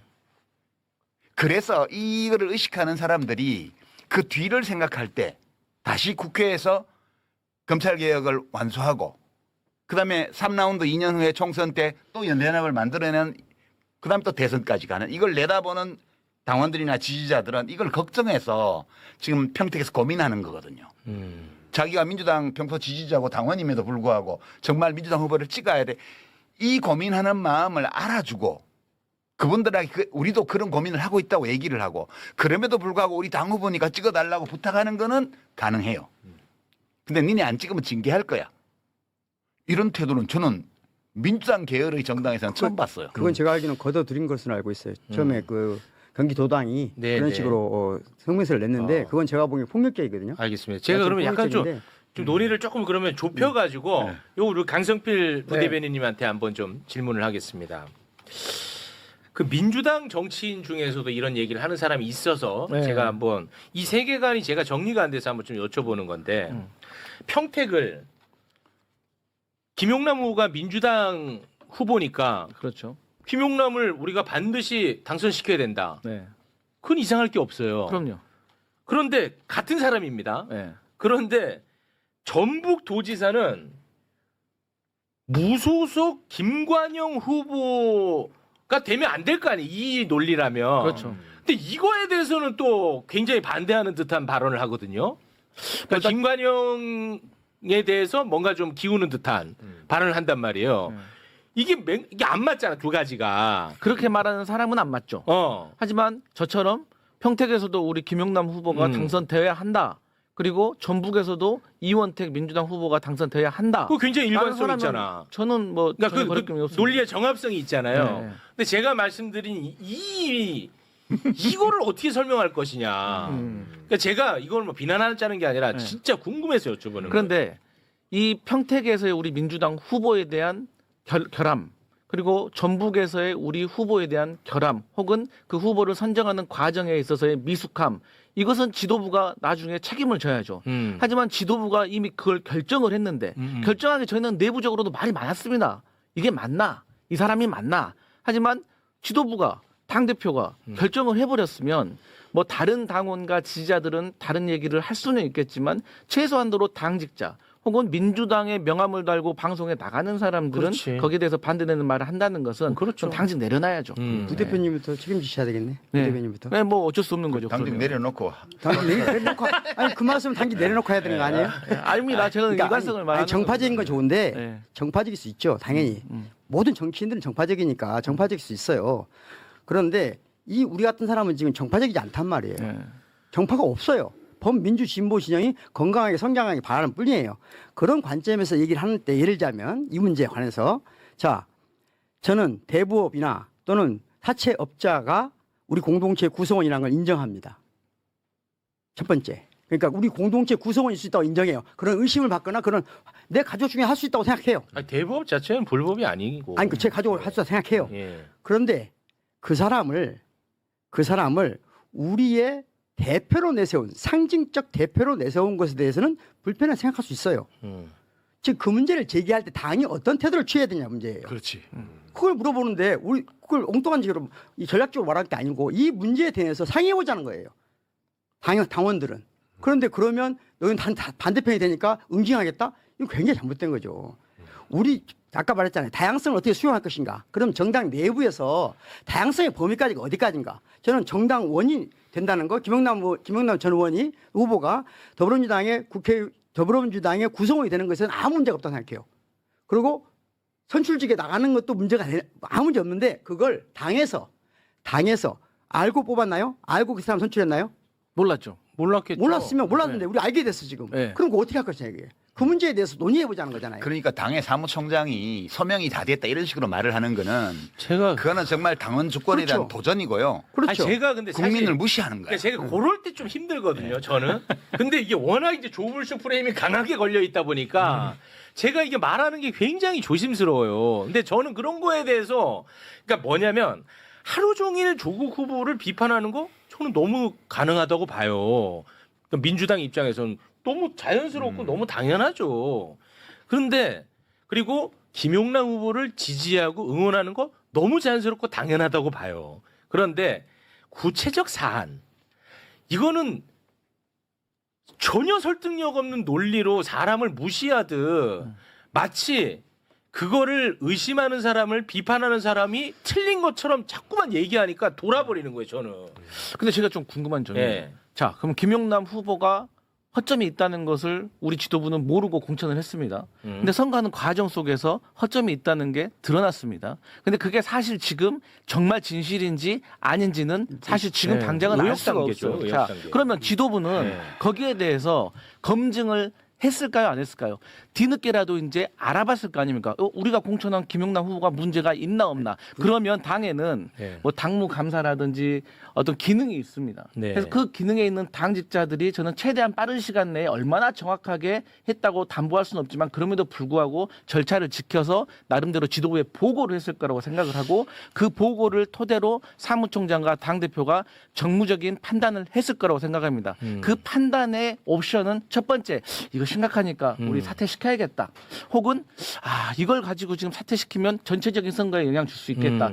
그리고 본인들이 정치적으로 책임지겠다는 결단을 내렸을 거라고 저는 생각을 합니다. 네. 근데 이것을 일정 정도 한정된 지도부가 이걸 공론화를 시켜서 본인들이 고민할 수 있지 어느 정도까지 열어줄 수 있을까? 저는 거기에 대해서는 조금 의문이 있습니다. 고생하십니다. 고생하시는데 이건 그렇게 어려운 문제가 아니고요. 이게 이 선거가 지금 강승필 좋아. 이따 우리 그 데이터를 보겠지만 네. 전체적으로 지방선거가 예컨대 16군데 하는데 8대 8이다. 이렇게 아슬아슬한 상황이면 벌써 잘랐어요. 그렇죠. 지금 이건 뭐냐면 선거가 너무 여유 있어 지금. 이건 뭐 평택을 해서 김용남 후보가 어떻게 되든 상관없이 전체 전황에 영향이 거의 없어요. 왜 없냐 하면 지금 민주당 후보를 찍으려고 하는 사람들이 영향을 받지 않아요 이거에. 평택을 민주당 후보가 무슨 사채업을 무슨 차명으로 했는지 안 했는지 했다 하더라도 그거는 거기 문제지. 이것 때문에 내가 민주당을 지지 안 한다는 거 없어. 그럴 것 같아요. 그렇기 때문에 선거가 무지 여유 있어요 지금. 그래서 크게 경각심을 가지고 이 문제를 보지를 않아. 그러니까 내버려 두는 거예요. 예전에 총선 때 일을 들어볼까요? 총선 때 민주당이 이재명 대통령이 당대표 시절에 총선 치르면서 여러 우여곡절이 있었습니다. 네. 어떤 사람은 잘려나오고 어떤 사람은 네, 맞아요. 버팅기고 뭐 네. 옛날에 무슨 어디 기관 무슨 글에 뭐 좀 험한 말을 했다 이런 걸 뭐 노무현 대통령 깐 적이 있다 뭔가 그 가지고 다 이렇게 해서 후보를 교체하기도 하고 막 다 했습니다. 그럴 때 어떻게 하냐 하면 정당이라는 건 그렇습니다. 갑자기 몰랐던 사항이 팍 튀쳐나오잖아요. 네. 그러면 당사자하고 그 당사자를 당 지도부에 이렇게 연결해서 공천 과정에서 작용했던 정치인하고 막 수시로 통화합니다. 그리고 당사자를 불러갖고 사실이 뭔지를 물어본 다음에 어떻게 했으면 좋겠냐 물어봐요. 그럼 당사자가 보통은 저는 이거 억울한데 근데 지금 선거 임박해 있기 때문에 이거를 사실관계를 다투기 시작하면 당 전체가 계속 공격받을 것 같습니다. 그 제가 여기서 자진 사퇴하는 걸로 하시죠. 그리고 빨리 그 대안을 수습 국면으로 가겠죠. 대안을 빨리 해줬으면 좋겠습니다. 이렇게 한 다음에 본인이 발표하고 당에서는 수용하고 그다음에 새로운 후보를 내고 이런 과정을 다 밟았어요. 김용남 후보의 경우는 왜 안 되냐? 안 되는 거예요 이게 지금. 서로 간에 그 과거에 민주당의 후보가 어떤 문제가 불거져서 그것이 사실이든 아니든 간에 언론의 공격을 대대적으로 받기 시작하면 벌써 본인이 나 때문에 당이 선거에 지장을 받을 위험이 있다는 것 때문에 괴로워해요. 네. 그래서 본인이 물러나려고 그럽니다. 이 싸움은 내가 나중에까지 한 자연인으로서 내가 언론하고 뭐 다 해나갈 거다. 그러나 지금 당에 피해가 갈 수 있기 때문에 제가 물러서겠습니다. 이렇게 수습하는 게 100에 99이에요. 근데 지금 이 건은 이게 통하지를 않아요. 이 스토리에는. 제가 상세한 내용을 아는 건 아니지만 이 커뮤니케이션이 김용남 후보의 경우에 작동하지 않아요. 그리고 이제 김용남 후보하고 어릴 때부터 대학생 때부터 잘 아는 뭐 어떤 도당위원장이나 이런 사람들은 계속 김용남 커버 치는 뭐 무슨 당원들 협박하는 그런 성명이나 내고 있고 당 사무총장은 별 문제 없다는 식으로 얘기하고 지금 이렇게 작동하고 있는 거여서 이거는 김용남이 되고 안 되고 문제가 아니고 야 민주당 큰일이다. 그렇죠. 어떻게 하면 좋냐 이거. 그러니까 제가 생각하기에는 그건 거예요. 사람마다 다 이 문제를 바라보고 문제를 제기하는 방식이 다른데 제 관점은 그런 거예요. 아까 다양성을 어떻게 관리할 것인가? 그러면 첫 번째 여러 가지 민주 진보 진영 내에도 다양한 정치 세력이 있잖아요. 그렇죠. 그 세력과 어떤 형식으로 포용하고 포섭하고 동화시킬 것이냐 아니면 인정하고 존중하고 연대할 것이냐. 이 첫 번째 문제고요. 두 번째 문제는 뭐냐면 내부로 들어온 사람들을 어떻게 관리할 것이냐 문제거든요. 그러면 김용남 후보의 경우 우리 민주당의 당원이고 민주당이 활동하는 건 오케이. 그런데 선출적으로 내세울 정도의 앞으로 이런 후보를 알게 됐을 때 우리가 선출적으로 내세우는 것이 민주당이라고 하는 정체성이 맞냐라고 하는 것을 당원이 그런 심각한 문제의식을 제기하는 건 너무 자연스러운 거 아니에요? 자, 그럼 여기서 제 질문 하나 드릴게요. 만약에 평택을에 김용남 후보가 출마했어요. 그런데 조국혁신당에 조국 후보가 안 나왔어. 그런데 김용남 후보의 이런 문제가 수면 위로 올라왔어. 그럼 이 문제에 대해서도 이게 굉장히 지금처럼 이렇게 시끄러웠을까? 이런 거를 얘기하는 분들도 많더라고. 그러니까 결국은 이게 무슨 질문이냐? 결국은 조국을 지키기 위해서 김용남을 희생시키는 거 아니냐? 저는 반대로 말하겠습니다. 만약에 반대요? 그런 경우라면 저는 사퇴했을 거라고 봅니다. 아, 오히려 사퇴했고 더 쉽게. 다시는 왜냐하면 지금 진보당 후보가 있거든요. 마음 편하거든요. 그렇죠. 지금은 조국이 있기 때문에 못하는 거예요. 냉정하게 말하면. 조국은 대선 후보라고 생각하기 때문에 민주당 많은 정치인들이 긴장하고 이 사태를 보기 때문이거든요. 제가 보기에는 솔직히 말씀드리면 셋 중에 누가 되나 저 같은 사람 아무 관심 없습니다. 김용남이 되나 조국이 되나 김재현 후보. 김재현 후보가 되나. 그런데 유이동만 아니면 됩니다. 그렇죠. 저는. 그렇습니다. 저는 그렇습니다. 냉정하게 예. 우리 그런 거예요. 네. 그러면 김용남 후보가 문제 있으면 문제 있는 것만 처리하면 끝나는 거예요. 근데 왜 안 하고 있냐? 조국 때문에 안 하는 거거든요. 조국이 없었다? 제가 보기에는 김용남 후보는 반드시 사퇴시켰습니다. 제가 보기엔 그래요. 근데 제 생각에는 진보당 쪽으로 진보당이 되면 안 됩니까? 예를 들자면 당시에 안 될 거 없지. 안 될 거 없죠. 지난번에 총선 때는 세종시에서 민주당 후보 그렇죠. 그 재산 신고 잘못했다고 해서 바로 날려버리고 김종민 무소속 그렇잖아요. 후보한테 다 해서 당선시켰잖아. 네. 그렇게 하면 되는 거지. 네, 우리 아니 근데 전 두 분 말씀 들으니까 그나마 다행이고 희망은 보이네요. 뭐야? 아니 그러니까 뭐 사실 유이동만 아니고 누가 돼도 그럼요. 상관없다라고 하면 이건 얼마나 평화로운 일입니까? 그렇죠. 맞아요. 나는 그렇게 생각한다니까. 우리 정말 다행인 것 같아요. 맞아. 네, 그러니까 더 이상 뭐 이걸 인상 쓰고 얘기할 필요도 없는 건데 다만 민주당 안에 많은 당원들과 지지자들은 이 이제 조국 후보께서 처음에 출마를 하셔가지고 이제 김영남 후보에 대해서 네. 많이 우리가 소위 쉽게 말하는 네거티브로 이제 공격을 하는 거 아니냐.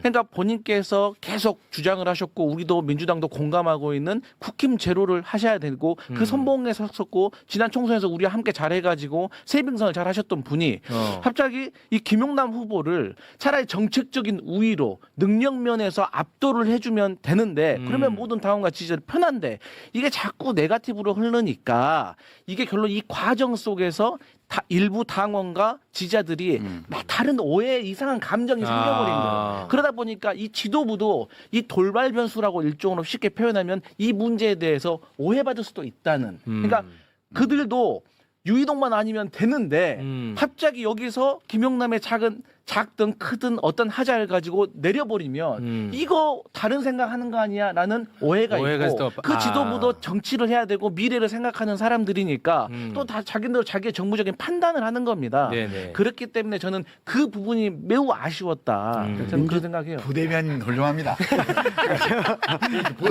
민주당 안에서 조국이라는 사람이 후보로 안 나왔으면 사실은 김영남이 아니고 다른 사람이 나왔을 거예요. 그렇죠. 이게 너무나 뻔한 거거든요. 조국 때문에 김영남이 나온 거예요. 아 그렇게 또 연결됩니까? 네, 그렇죠.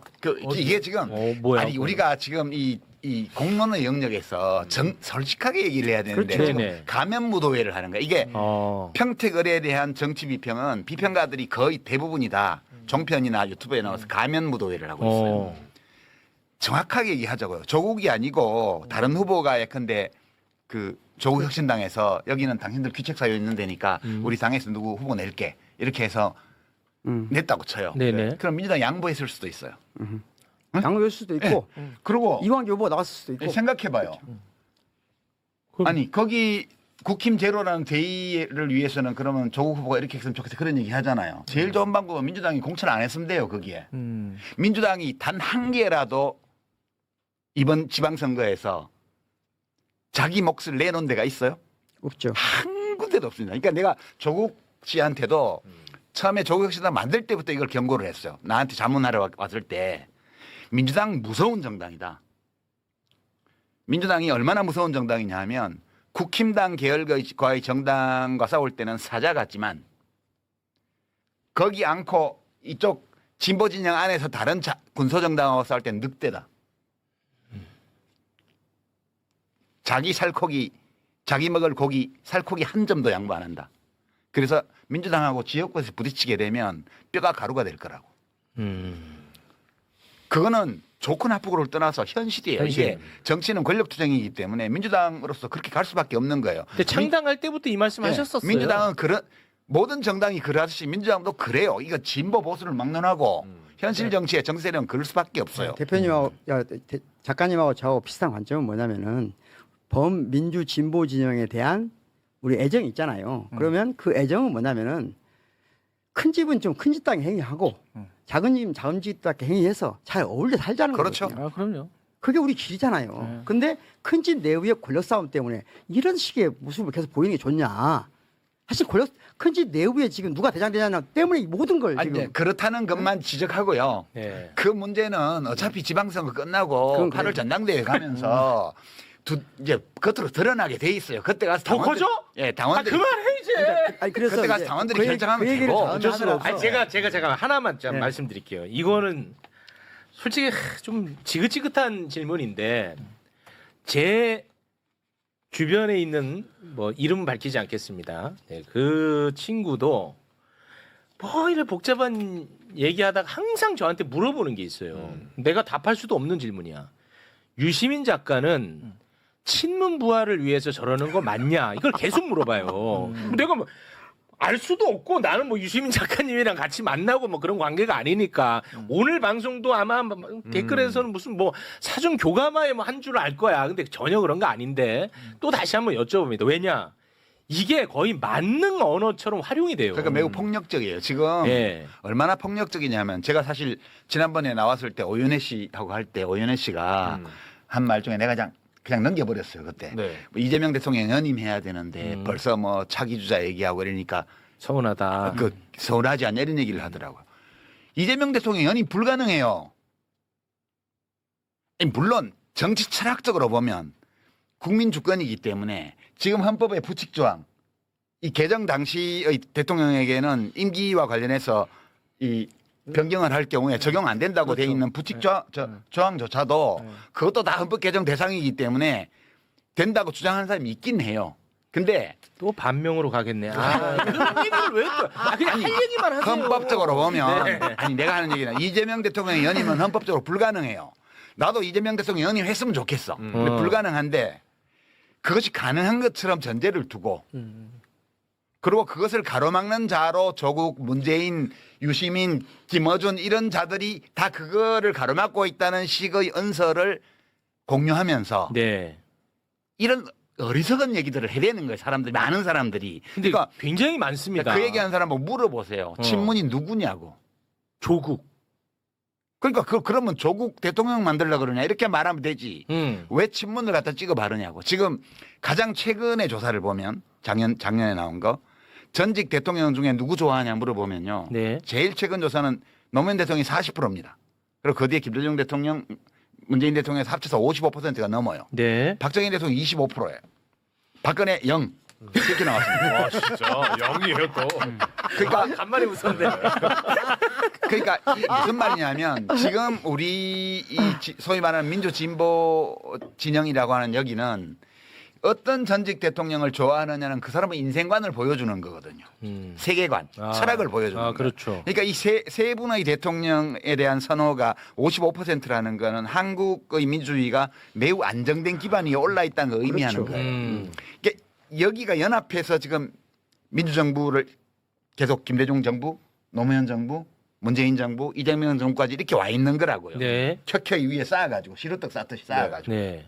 근데 여기서 누구를 쳐내고 이렇게 이런 주장을 하는 자들은 네. 그 적진에서 온 간첩이거나 아니면 그냥 자기만의 정신 세계를 가진 독특한 사람이거나 아니면 내부 권력 투쟁을 위해서 진영을 폭파해도 괜찮다고 생각하는 자들이에요. 저는 저는 그렇게 생각해요. 고민을 많이 해봤는데요. 그러니까 답은 간단하거든요. 다시 말하면 앞으로 정권 재창출을 하고 범민주진보진영의 정책을 안정적으로 끌어가려면 세 분의 대통령을 지지했던 사람들이 항상 어떤 방식으로 연대해야 돼요. 그렇죠. 다른 길은 없어요. 그런데 지금 그 길이 아닌 길을 입 밖에 내는 분들은 이유는 딱 하나라고 생각해요. 저는 나쁘게는 보지 않고 이유는 하나 생각해요. 그냥 이재명 정부 때 이득을 많이 얻고 싶은 거예요. 저는 그 이상도 이해가 아니라고 생각해요. 그 사람들 제가 B라고 한 거예요. 아니 그만해. 이게 참 이게 그러니까 이거는 다 우리가 뒷머리에 둬야 될 문제고요. 지금 오늘부터 시작된 이 지방선거에서는 그 지역구라고 해야죠. 지역구 후보는 각급 선거에서 민주당 후보뿐이에요. 네. 호남을 제외하고는 사실상 네. 달리 찍을 후보가 없어요. 네. 비례 후보는 광역 비례는 조국 혁신당도 좀 나와 있죠. 진보당도 나와 있고 거기는 다른 선택을 해도 돼요. 그거는 마찬가지예요. 지금 경기도의회, 뭐 서울시의회 이런데 네. 민주당이 완전히 인천시의회 다 압도할 거거든. 거기에 비례대표가 민주당이 비례대표 다 먹는다고 해서 좋을 것도 없고 나쁠 것도 없어요. 네. 거기에 비례대표를 뭐 조국 혁신당이나 진보당이 몇 석 가져간다고 해서 나쁠 거 한 개도 없습니다. 그거는 사실 박보영 선생님 말씀하신 게 그건데 우리가 그 세 분의 대통령 또 현직 대통령까지 포함해서 네 분의 대통령을 가장 좋아하는 이런 유권자들이 하나로 뭉쳐서 전체에 이루면서 자기 의사를 표출할 수 있는 방법을 찾으면 돼요. 이미 많은 유권자들이 그렇게 하고 있고요. 네. 이제 오늘 그 사전 투표, 내일 사전 투표, 다음 주 수요일 날 투표는 그렇게 하고요. 네, 네. 이 일이 이렇게 시끄럽게 된 거는 그 이유 때문임을 우리가 이해를 하면 하고 있어야 된다. 그 다음에 때 되면 정리하면 되지 뭐 네. 이렇게 생각하면 되지. 그거 가지고 스트레스 받아서 밤에 잠을 못 자고 저 잠 못 이러면 자요. 안 된다 이거지. 최욱 씨가 하는 거잖아요. 그게 없다는 거지. 평택을에 얼마나 강력한 에너지가 모여 있냐면 제가 김용남 후보 인생 전체를 비판한 게 아니에요. 이번 해명이 너무 이거는 우리를 좀 무시하는 해명이다. 왜냐하면 지금 차명 의혹이야. 그리고 현금이 오고 갔다는 녹취가 나왔어.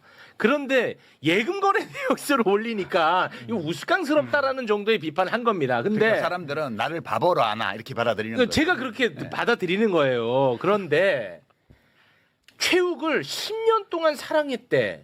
그런데 김용남을 한번 비판했다고 나에 대한 신뢰를 철회한대. 신경 쓰지 마요 그런 거. 아 이거 그러면 김용남을 한 20년을 신뢰했던 거야 뭐야? 나는 그러니까 에너지가 너무 강력하게 모여 있다는 거야 여기에. 그렇게 사랑은 움직이는 거야. 그렇게 얘기하는 사람은요. 최욱 앵커를 10년 동안 사랑한 사람이 아니에요. 아니야 맞아. 그냥 레토릭인 것 같습니다. 8년 사랑했어요. 나는 사랑했다. 네. 사랑했다고 보고 앞으로 또 사랑할 거라 봅니다. 그러니까 내가 금사빠지 금사빠. 좀 힘들더라고 내가 이거를 참 사랑은 내가- 움직이는 거야. 어. 근데 제가 멍청한 질문 한번 네. 드리고 싶은데요. 제 주변에도 좀 있어요. 아, 있어요? 그러니까 흔히 말해서 이 지금 얘기한 이 민주 진영의 어떤 연합, 연대 요런 거에 부정적인 어떤 시선을 보이는 사람들이 제 주변에도 있는데 네. 저는 좀 그분들하고 생각이 다르긴 합니다만 얘 주장하는 요지를 좀 들어보면 자기네들도 나중에 어찌됐든 지금 일종의 권력 투쟁을 하고 있는 거잖아요. 근데 자기네들이 어떤 민주당의 어떤 당권을 잡으면은 그것이 결국에는 이재명 정부와 이재명 대통령의 성공을 위하는 길이다. 이른바 친문이라든가 또 치면 나. 예. 흔히 말하는 전통 민주당 세력들이 정권을 잡는 것보다는 자기들이 당권을 잡는 게 훨씬 더 이재명 정부의 실용주의 노선 뭐 이런 거를 더 강화하는 그런 계기가 되는 어떤 그런 것이다. 뭐 이런 식의 맞아. 주장을 많이 많아. 하거든요. 예. 그럴 주장이 그런 주장은 어떻게 생각하십니까? 그 잡으면 돼요. 그렇죠. 잡으라고. 그럴 그러니까 때 주장인데. 예, 정당 민주주의라는 거는 맞아. 내부에 그 경쟁을 다 열어놓은 거잖아요. 그렇죠, 그렇죠. 그러니까 내가 어떤 정치적인 욕구가 있다, 소망이 있다, 신념이 있다 이러면 따로 당을 만들든가 아니면 이미 있는 정당에 들어가서 주도권을 잡든가 원래 그렇게 하는 게 정답이에요. 네네. 그러니까 그렇게 하고 싶은 분들은 그렇게 하면 돼요. 그렇죠. 근데 문제는 그렇게 하지 말라는 게 아니고 어떤 방법으로 그렇게 하냐는 거예요. 이게 반칙, 저열한 방법 이런 걸로 이게 전체를 해치는 방식으로 이걸 하게 되면 그런 의도를 가지고 그런 노력을 했다고 비난하는 게 아니고 그 사람들이 사용한 방식에 문제제기를 하는 거예요. 근데 한 가지는 저열한 방식을 쓴다는 게 문제고요. 두 번째는 뭐냐면은 예를 들면 김대중 대통령 시절에 김대중 대통령의 체제 안에서 권력을 차지했던 사람들이 그 다음 장부에서도 권력을 유지하려고 그래요. 그렇죠. 그것 때문에 왜곡시키는 거거든요. 그것 때문에 김대중 정부를 파괴시켜요. 똑같이 노무현 문재인 정부 시절에도 지금 친문 세력들이 일부 욕으로 먹거나 잘려나간 이유는 그 권력을 이재명 정부 때도 유지하려고 했기 때문에 문제가 된 거예요. 근데 친문 세력은 다 정리가 안 됐나요? 떨려나갔죠. 다시 말하면 존재하지 않아요. 다시 아니, 말하면 다 떨어져 나갔잖아. 심판 받았잖아. 노무현 못 받아들인 김대중 세력들은 대부분 떨어져 나갔어요. 그렇지. 지금 살아있는 분들 한 분밖에 안 계세요. 그 표현이 정확하겠다. 박지원 대표 빼놓고는 딱 한 분 있어요. 그 표현이 정확하겠다. 나머지 사람들 다 딸려 나갔어요. 똑같이 이재명을 못 받아들인 친문 세력들은 다 제거됐어요. 다 제거됐어요. 그 표현이 없어요. 정확해. 지난 이게 총선을 정확한 거예요. 통해서 다 날아갔어. 그 표현이 정확한 것 그럼 같아요. 나중에 똑같거든요. 나중에도 누군가 데리고 오는 거 오겠죠. 그럼 또 같이 뭉쳐야 되잖아요. 그렇지. 근데 그걸 못 받으면 어떻게 되겠어요? 그렇게 되는 거예요. 그럼 또 이제 그 정리가 그래서 되겠죠. 저는 네 분의 대통령을 제발 좀 갈라서게 하지 말자. 그 왜 정서적으로 상처를 주냐. 네. 좋지 않은 방법이다. 근데 이게 왜 설득이 안 될까? 참. 안 되죠 당연히. 적당히 하랍니다, 저보고. 역겹대요, 아니, 제가. 역겹대. 설득이 된다고 왜 안 되지라고 생각하면 자기가 괴로운 거야. 너무 원래 괴로워요. 설득이 안 돼요. 그렇지. 안 안 돼요? 되는 게 정상이야. 정상이에요? 그러니까 설득은 안 되지만 그래도 그 어떤 사안 문제에 대해서 거기에 관련돼 있는 의미 있는 정보, 그 정보에 대한 의미 일리 있는 해석 이런 것들을 우리들 각자 그냥 얘기하는 거예요. 그렇죠. 얘기해서 그 중에 누군가가 네. 그 듣고 보니 그게 맞는 것 같아서 입장을 바꾸면 바꾸는 거고 네. 안 바꾸면 안 바꾸는 거예요. 네. 왜 남의 인생에 대해서 세계관에 대해서 왜 고통을 받아? 아니, 그러니까. 그거 최욱 씨 문제가 아니잖아. 아니, 제가 뭐 아주 큰 담론에 대한 설득을 얘기하는 게 아니고, 그러니까 좀 아주 유치한 얘기 할게요.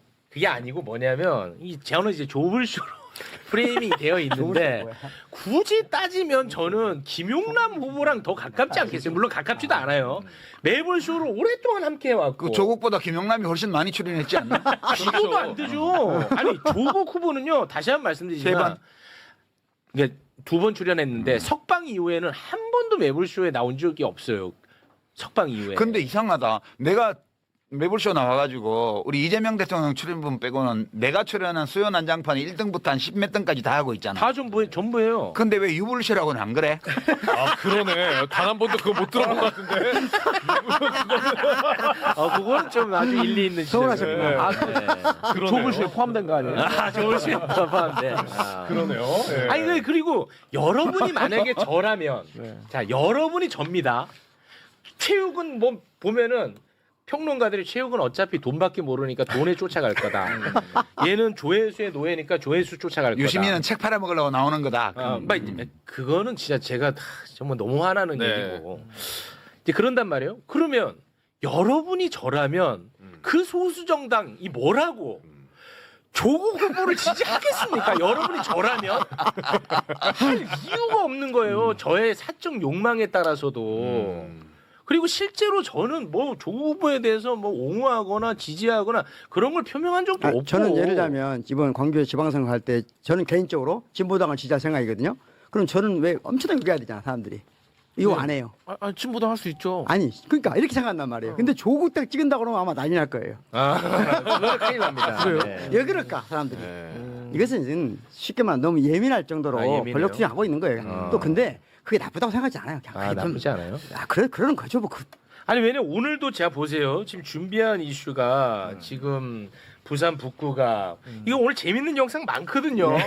그런 거는 다른 데서도 많이 하잖아. 아니니까. 매불쇼는 매불쇼만이 하는 어떤 거. 그러니까 요런 이제 그 에너지가 맥락에서 좀 분산되는 것 조금 같아가지고. 재미는 없지만 한 가지는 꼭 말씀드리고 싶어요. 저는 그러니까 이재명 정부가 이전에 세 분의 진보 민주 진영의 어떤 정책을 유효받으면서도 패러다임 전환을 하는 게 있다고 보거든요. 맞습니다. 그두 가지가 있는데 가장 큰 게 이제까지는 모두가 이 권력을 또는 모든 기구를 분산하자. 지역 자치를 좀 끼고 이 정도였는데 이재명 대통령은 확실한 건 뭐냐?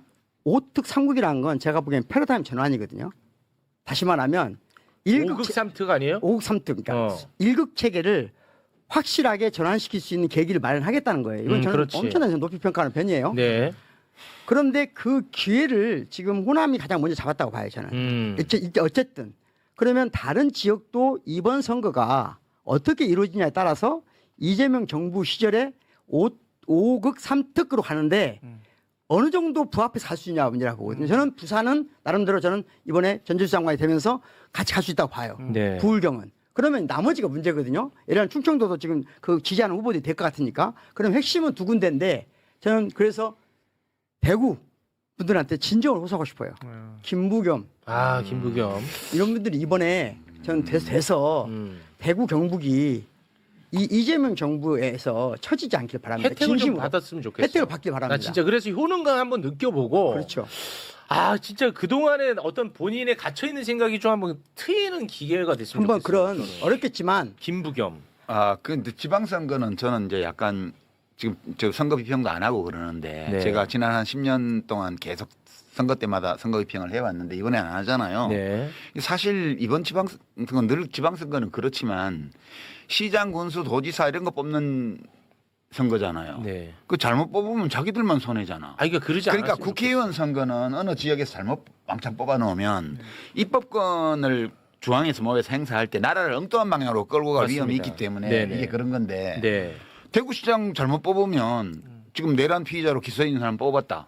그 대통령하고 협조도 안 되고 아무것도 안 됐다 그러면 대구 사람이 손해 보는 거죠. 그러지 않았으면 좋겠어요. 그러니까 그것이 다른데 영향을 별로 미치지 않아요. 그래서 저는 이걸 볼 때 김부겸 됐으면 좋겠어 이번에라고 생각하면서도 안 되면 대구 사람 손해지. 못 그렇게 저는 생각을 해요. 못 됐어. 그래서 한번 말씀해 주시라는 거예요. 아니요. 그런 거고 대구 분들한테 제가 보기에는 저는 이제 광주 사람이지만 대구가 이번에 뭔가를 크게 손해 보는 방식으로 결정이 나면 너무 안타까울 것 같아요. 안 돼. 그래서 한 번 더 호소드리고 싶어요. 사실은 지금 민주당이 총력을 기울여서 대구를 어떻게든지 김부겸 전 총리를 당선시키는데 최선을 다해야 된다 보거든요. 네. 그래서 한번 꼭 그 말씀을. 근데 저는 이제 김부겸 후보는 그것보다 네. 승패야 뭐 알 수 없죠. 지금 딱 붙어 있다고 그렇죠. 그러니까 승패는 알 수 없는데 될 수도 있고 안 될 수도 있겠죠. 근데 이제 저는 김부겸 후보를 20살 때부터 알거든요. 제가 20살 때. 오랜 인연입니다. 제가 20살 때부터 알아요. 그러니까 지금 일제 강점기보다 더 오래 알아왔다고요. 지금. 오랜 인연이야. 근데 이제 어렸을 때 20대 때 알았던 김부겸이 이제 한 30년 동안 없어졌었거든. 그게 그 군포에서 어렵게 국회의원 되면서 네. 이 양반이 그렇게 호쾌한 양반인데 아주 조심성 많고 너무 신중한 사람으로 바뀌어 버렸어. 말도 너무 눈치 봐가면서 하고. 그래서 제가 실망이야. 내가 알던 김부겸 형은 없어져 버렸어. 이렇게 생각하고 있었어요. 네. 근데 이번 대구에 출마한 거는 진짜 봉사하는 마음으로 마음 비우고 나오신 것 같아요. 맞아요. 이 언어가 이 거리에서 말이 마이크 잡아서 하는 이 말이 네. 내가 20살 때 봤던 김부겸 형의 그 느낌이 확 살아나는 거예요. 제가 그거 보면서 그래요. 저 형님은 이번에는 진짜 완전 마음을 비우고 오로지 공적인 어떤 동기 그것만 100% 가지고 나오셨나 보다. 그러니까 이미 승패에 연연하지 않고 자신의 길을 가고 있어요. 저는 되게 아름다워 보이더라고요. 야, 저 형님 일제 강점기보다 더 긴 세월이 지나서 드디어 옛날 모습으로 돌아오셨네요. 저는 그런 거 보면서 혼자서 그냥 낄낄거려요. 이 형 오랜만에 만나네 이러면서. 너무 좋다. 이 결과까지 아름다우면은 뭐 금상첨화 아니겠습니까? 민주당에 조금 그 선거에 조금이라도 보태고 싶은 분들은 대구에 가서 또 대구에 전화하고 그래서 대구가 한번 변하면 저는 이재명 정부 시절에 이런 문제가 좀 극복되고 그래서 하면 너무 좋을 것 같아요. 그러니까. 그래서 다른 거 다 잘못돼도 대구가 되면 좋을 것 같아요. 저는 부산 북구갑에 워낙 관심이 많은 사람이라서. 그런 관심 없습니다. 솔직히 저는 그런 관심 근데 없어요. 우리 죽고 사는 문제야. 이 종편수계는 더 고통스럽거든 아니, 나보다. 아니 저기 윤석열 탄핵의 동지잖아 한동훈이. 그러니까 됐으면 좋겠지. 뭐라고요? 됐으면 그럼 아니요, 안 되죠. 근데 어제 TV 토론에서 그거 보고 갈까요? 네, 이거 보고 가겠습니다. 한동훈 완전히 발렸던데. 이거 보고 간다. 와, 이걸 봐야 돼. 그거 보기 위해서 많이 지금 어려운 길을 왔네. 어려운 길을 왔다. 아니 하정우 후보를 너무 얕봤더라고요. 알았어요. 천천히 갑니다. 우리 여러분도 평택에서 부산으로 좀 내려와 주세요. 네. 평택 관련해서는 뭐 그 정도로 정리하고 사실은 뭐 평택에 국한된 이야기는 아니었던 것 같고 앞으로에 대한 이야기를 했던 것인데 뭐 생각의 차이도 있습니다만 아무튼 진정성 있는 얘기.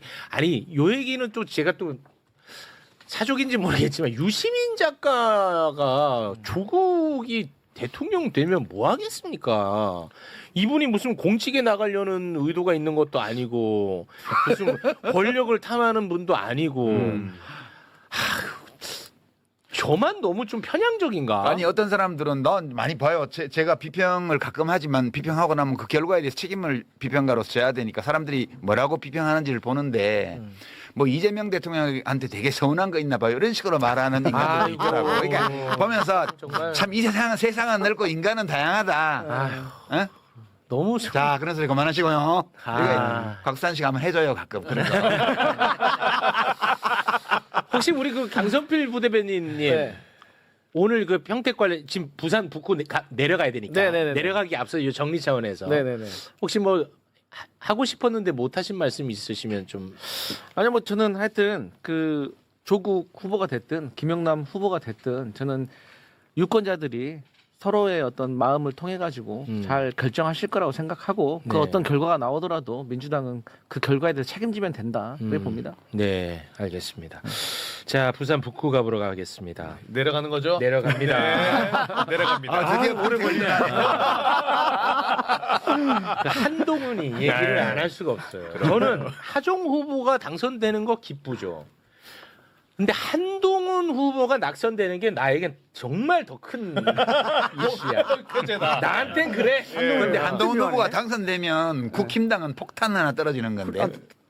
저는 근데 그런 어떤 공학적으로 계산하기에는 제가 너무 고통스러워요. 왜 고통스러워요? 한동훈의 그 마치 합리적 보수를 대변하는 듯한 모습, 그 상징성 같은 언론에서 그런 대우를 해주는 것, 그게 나를 장동혁보다 나에게 스트레스를 더 준다니까요. 이진숙보다 나는 한동훈이 스트레스가 더 커요. 저랑 다르네요. 달라요? 저는 이진숙이 만약에 의원 배지를 달고 국회 과반이 들어와서 설치 생각을 하면 나는 한동훈이 더 커. 제가 보기에 영역별로 그런 게 있는 것 같아요. 언론인이잖아요. 그러니까 그런 언론이 와서 그런 언론을 거치하는 것에 대해서 굉장히 큰 스트레스가 그렇죠. 있는 것 같아요. 네, 자 그래서 한번 만나봅니다. 윤석열 같이 한동훈은요 권력을 잡는 거 그 자체만 이게 관심이 있고 그 목적을 위해서는 그 하위 개념 무슨 뭐 본인의 철학 뭐 이런 것들은 다 하위 개념으로 놓고 언제든지 바꿀 수 있는 사람이야. 네. 그게 아주 여실히 느껴지는데요. 한동훈은 박근혜 30년 구형했거든요. 네. 이 딱 나와 있잖아. 30년 구형했단 예. 말이야. 한동훈이가. 그런데 한동훈이는 표 좀 얻어보겠다고 네. 박근혜의 삶 자체가 존경스럽대. 이게 말이 돼? 야, 말이 돼? 30년을 구형한다는 건 뭐야? 검사 입장에서 이런 사람은 쓰레기라는 거야. 이 격리시켜야 된다는 거야. 30년간. 그렇죠. 근데 삶을 존경한대. 그거 잠깐 보겠습니다. 전 박 전 대통령의 인품과 그동안의 삶을 존경합니다. 존중하고요. 박 대통령께서 여러 가지 생각을 하고 판단하신 것이기 때문에 제가 존중합니다. 와, 이게 가능하냐 이겁니다. 인품까지 들어갔구나. 인품까지. 근데 저 삶의 궤적. 발언의 문제는 뭐냐면 네. 상당히 앞뒤가 다르고 논리가 안 맞는 게 자 저러한 저 발언에 대해서 박민식 후보가 지적을 합니다. 아 네가 30년 구형했잖아. 요거 준비돼 있어. 아 그랬구나. 이거 재밌어. 철자구나. 거기까지 가기 전에 잠깐만. 그러면서 네. 30년 구형을 윤석열에게 떠넘기고 박민식을 비판해. 네. 뭐라고 비판하냐? 그러니까 비판하거든 아무튼. 네. 근데 윤석열하고 박민식을 비판하거든. 그런데 자아 비판 같이 보여. 나한텐 그래. 네. 내용이 딱 지 얘기야. 그거 잠깐 보겠습니다. 박민식 후보는 그 30년 구형을 결정했던 윤석열 대통령을 대통령으로 만들기 위해서 나섰던 사람이고 너잖아. 그리고 그 다음에 거기서 장관 자리 했던 사람이고 너잖아. 그 이후에는 윤어게인 하면서 탄핵 때 윤석열 대통령 돌아와야 한다라고 계속 지금까지도 윤어게인 주장하는 사람입니다. 그런데 지금 윤석열 대통령이 구형한 30년을 너잖아. 저한테 뒤집어 씌우고 그리고 자기가 그렇게 물고 빨았던 윤석열 너잖아. 대통령이 했던 30년을 그렇게 얘기한다고요? 아, 그러네. 너잖아. 아니 저거- 그래 안 그래? 너잖아. 저거는요. 진짜 지금 윤석열에게 30년을 구형했다고 한 거잖아요. 네. 근데 당시 언론 보도를 보면은 한동훈이 구형했다라는 보도가 많아요. 그러니까 그건 팩트인 것 같아요. 근데 이제 윤석열한테 구형을 했다라고 사실과 다른 얘기를 했거든요. 윤석열이 네. 결정했다는 거죠. 아니 지금은 구형했다라고 얘기를 했습니다. 그러니까 중요한 거는 30년을 윤석열이 구형을 하든 그 목소리로 구형을 하든 한동훈이 하든 그건 중요한 게 아니에요. 자기가 검사로서 수사해보고 조사해보니까 이 사람 나쁜 사람이네라고 판단을 했으면 그 수사팀의 의견에 동의한 거예요. 그렇습니다. 그럼 끝나는 거지. 뭐 네가 얘기하나 내가 얘기하나 뭐가 달라지냐 이거예요. 맞습니다. 그리고 너무 욕하지 마요. 스스로가 그네들 술만 해봐.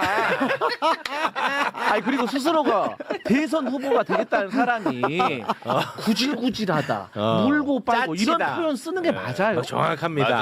그 정말 민중의 연으로 해보려고 노력하는 걸 가지고. 괜찮아. 다음에 또 아니, 제가 너무 포용력이 없네요. 아니. 그 조희대가 이재명 대통령에게 공직선거법 그 위반 네. 허위사실 공표죄 네. 파기환송했잖아요. 그렇습니다. 그 기준을 갖다가 만약에 이제 저게 공직선거법상 허위사실 유포로 기소가 돼가지고 재판을 했을 때 그 잣대를 한동훈에게 들이대지 않습니까? 저 걸려요 저거. 그렇습니다. 네. 예. 자, 그럼 이제 토론회 한번 보겠습니다. 토론회. 예. 한동훈이는 아마 이렇게 생각했을 겁니다. 나의 깐족 기술로 하정우 얘 정도는 그냥 아주 박살 낼 수 있다. 나경원 울면서 간 거 봤지? 봤지? 아마 진짜 그렇게 생각하고 왔을 거고 너무너무 설렜을 거야. 오는 길이 막. 오는 길이. 그런데 이게 웬걸? 정치 초보인데 이거 되치기를 해버리네. 박살이 납니다요. 함께 보겠습니다. 공소 취소 찬성하십니까? 반대하십니까?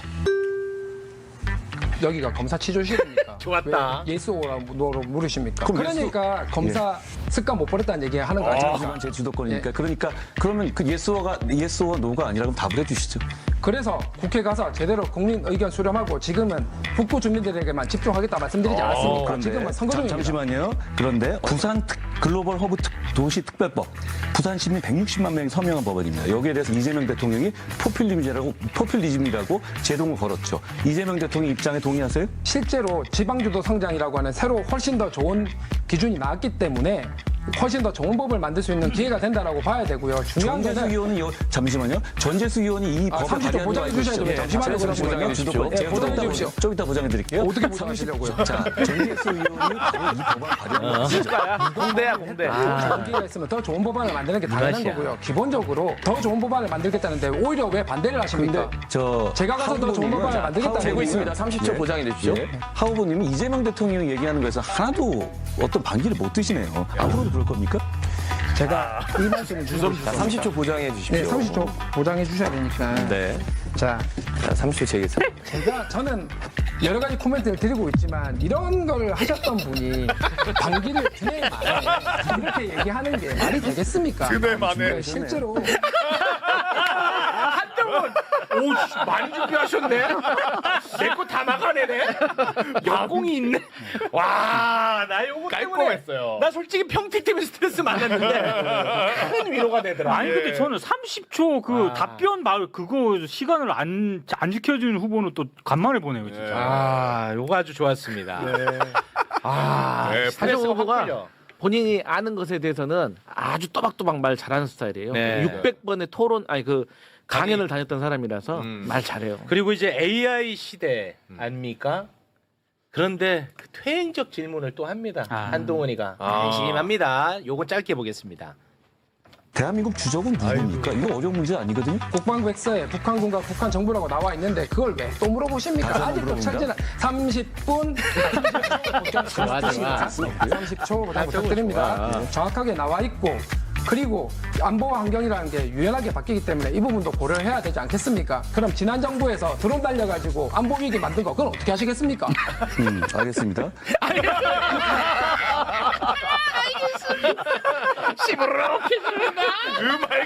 알겠습니다. 알겠습니다. 내가 듣던 거랑 많이 다르네.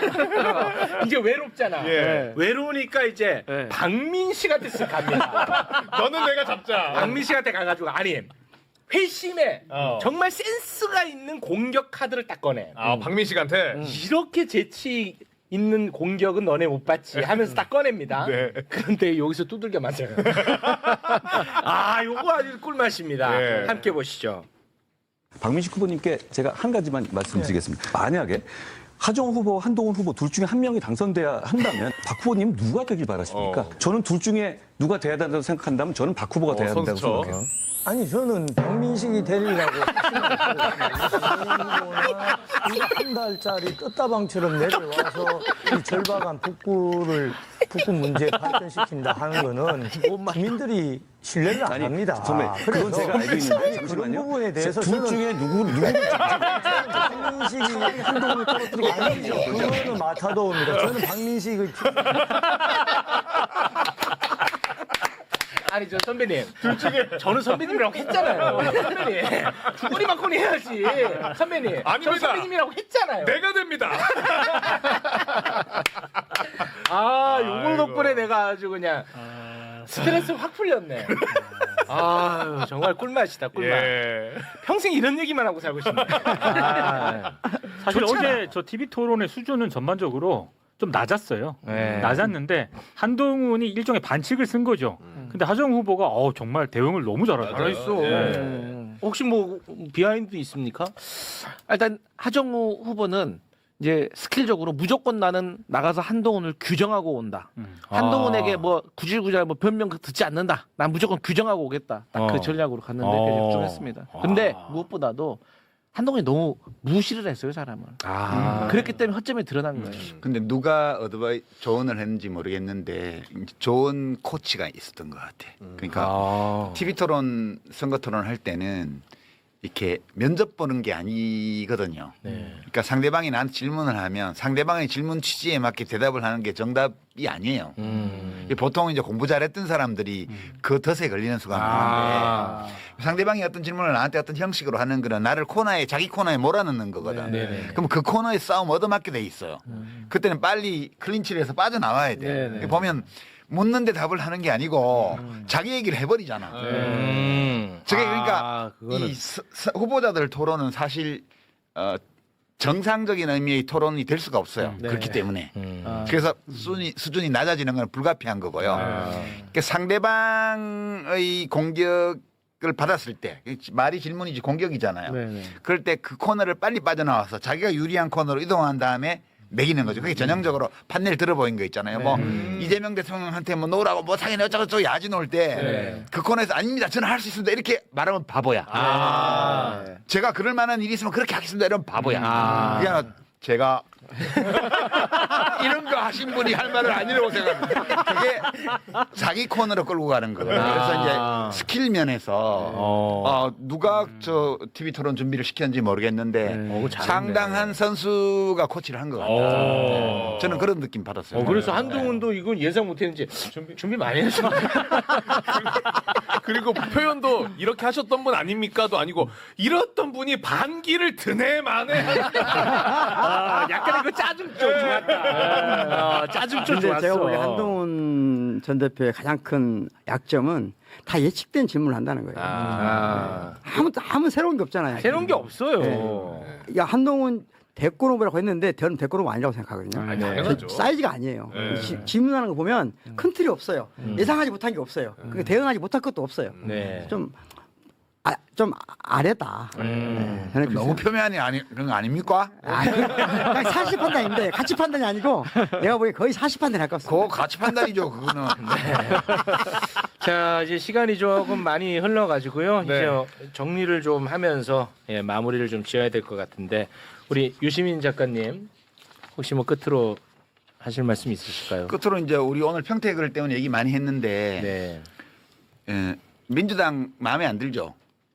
물론 다른 당도 다 마음에 안 드는 점이 있겠지만 민주당도 하는 게 되게 마음에 안 드는 게 있을 거예요. 저는 이제 어떤 느낌을 받냐 하면 민주당이 어떤 고민을 해야 되냐면 박구영 교수가 하신 말씀이 핵심인데 다양한 이해관계와 서로 다른 지향을 가졌지만 큰 틀에서 우리 현대사의 네 대통령 지금 이재명 대통령까지 포함해서 들을 좋아하는 시민들 또 그 대통령들과 일체감을 느끼는 시민들의 유대 연합 이걸 어떻게 묶어서 한국 사회를 좋은 방향으로 가게 할 거냐. 이게 정치 세력 정당들이 해야 될 제일 중요한 고민이에요.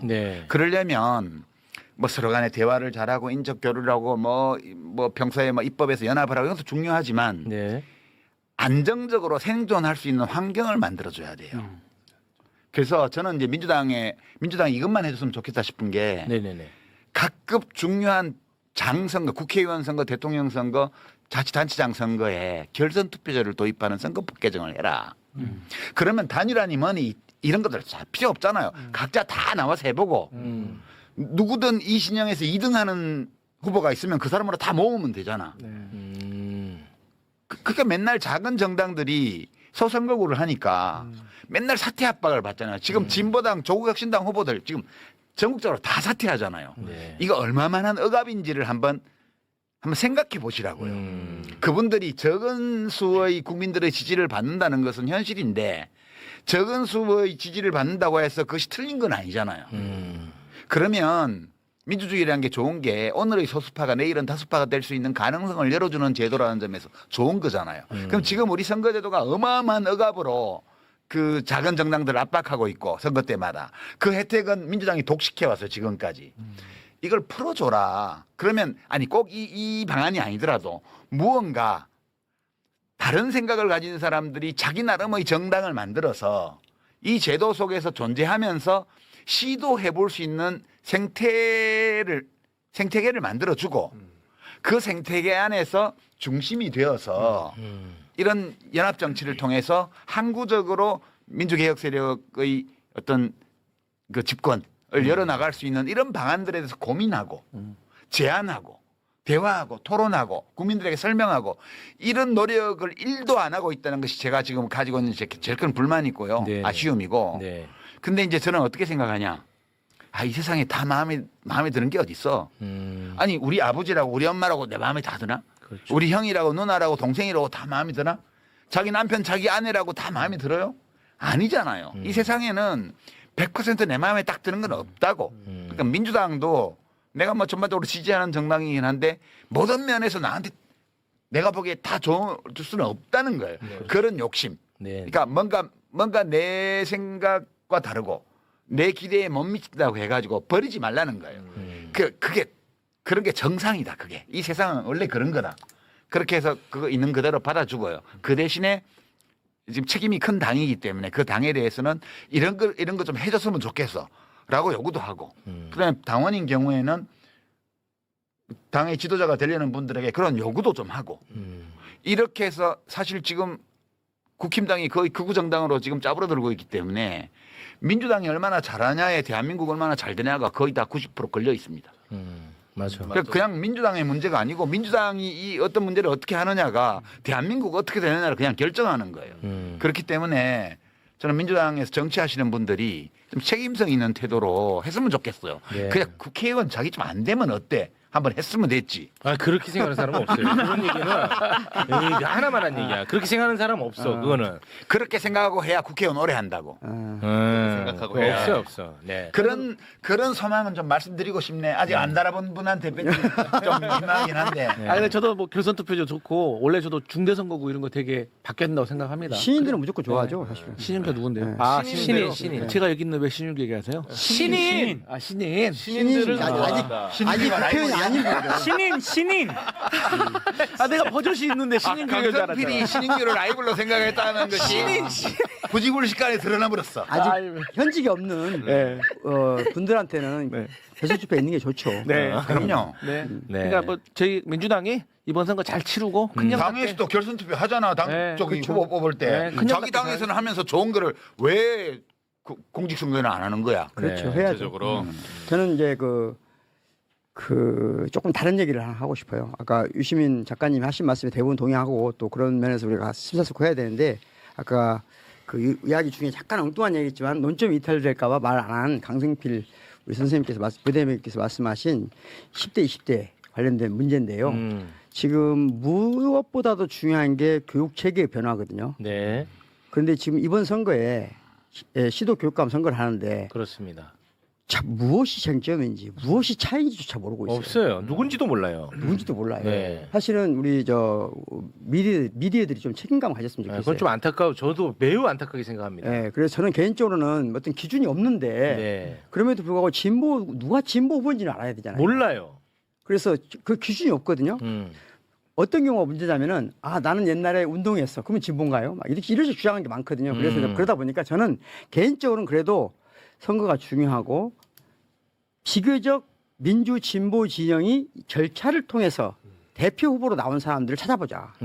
그 정도 노력을 하자. 네. 그 정도 노력을 해야 이분들이 와서 학교를 조금이라도 낫게 한다. 저는 지금 현재 민주 진보 진영의 좋은 운동장이 10년 후에는 반대로 바뀐다고 보거든요. 이거 지금 진보 교육감 문제 선거 그냥 별거 아닌 걸 생각하면 큰일 난다는 큰일 나. 우리 미래야. 그래서 저는 개인적으로는 이건 반드시 정당으로 들어와야 된다는 생각 갖고 있어요. 갖고 있는데 그건 나중 얘기고 네네. 우선은 어쨌든 범민주 진보 시민들이 이러저런 절차를 통해서 합의 추대한 사람들을 진보 진영으로 믿자. 네. 그리고 그분들을 좀 누군지는 모르지만 찾아보자. 선거하기 전에 그런 알겠습니다. 제안을 드리고 싶습니다. 아침에 뉴스공장에서 캡처해갖고 엄청 돌리더라고. 아침 잔인하고 못 들었습니다. 알겠습니다. 자, 우리 민동기 기자님도 끝으로 어떤 말씀이든지 다 가능합니다. 사전 투표하고 왔고요. 아유, 고생하셨습니다. 생각보다 많은 분들이 줄을 서 계셨습니다. 고맙습니다. 내일까지 하시니까 사전 투표 꼭 많이 해줬으면 좋겠습니다. 네, 지금 보니까 8.15% 투표를 또 하셨네요. 고맙습니다. 자, 그러면 오늘은 여기에서 좀 마무리를 짓도록 하겠습니다. 그래도 또 뭐 이렇게 얘기하고 나니까 좀 몰라. 또 방송 끝나고 나면 또 모르겠지만 난 좀 낫네. 네. 좀 낫다 나는. 아니 다 극우 정당이 집권하고 뭐 제1야당하고 하는 가운데 대한민국 이만큼 왔잖아. 네. 아니 우리 잘해 왔다고. 맞아요. 그런 조건에서도 앞으로도 잘해 갈 거고. 그러니까 속상하는 일이 있더라도 너무 비관하지는 말고 네. 화나는 일이 있더라도 너무 화내지는 말고 그냥 네. 그런가 보다. 그렇게 얘기하고 이제 좀 나. 가야지 뭐. 알겠습니다. 굉장히 의미 있는 시간이었습니다. 예, 잘 될 거예요 지방선거. 우리 이번에. 체육 앵커만 조금 이제 네. 덜 징징. 너무 욱하더라고 요새. 아, 죄송합니다. 방송 네. 중간중간에 과호흡이 와요. 아닙니다. 오늘 진짜 저한테는 뭐 굉장히 좋은 시간이었습니다. 네. 네. 강성필 대변인님도 네. 뭐 해야 되는데 말 참거나 그런 건 없었죠. 예. 뭐 예. 물 흐르듯이 너무 좋았습니다. 너무 좋았어. 아니 뭐 정편 수계가 이 정도시면 됐지요. 네, 좋았습니다. 자, 그러면 네 분과 여기서 인사 나누고요. 저희는 이제 광고 보고 영화 이야기 하겠습니다. 오늘 함께 해주신 네 분 진심으로 고맙습니다. 고맙습니다.